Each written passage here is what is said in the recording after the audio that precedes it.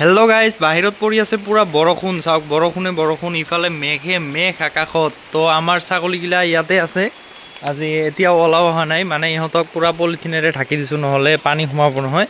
পুৰা ঢাকি কেনে ইয়াতে আছে ছাগলীগিলা। আৰু গাইজ, আজি মই আপোনালোকক দেখাই আছোঁ আমাৰ মানে ফাৰ্মত, মানে বৰষুণৰ সময়ত ছাগলীগিলাক ৰখাৰ কাৰণে এইটো ঠাই বনাইছোঁ আমি, মানে এই 6 মাহ ৰখাৰ কাৰণে। চাওক, এইফালে পূৰা পলিথিন দি দিছোঁ, এইটো চাইডেও পলিথিন দিব লাগিব, এইটো চাইডেও দি আছোঁ আমি।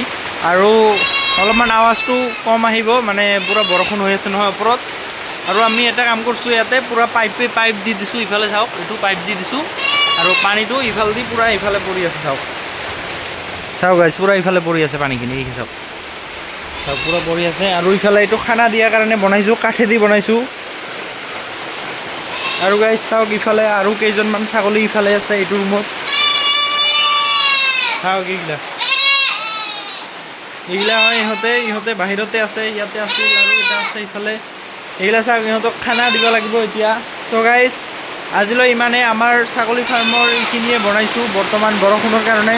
চাওক কিমান বৰষুণ হৈ আছে বাহিৰত, পূৰা বৰষুণ, ধাৰাসাৰে বৰষুণ পৰি আছে।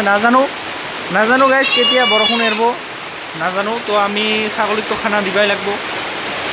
তো গাইজ, তো মই এতিয়া এইগিলাই ব্যৱস্থা কৰোঁ।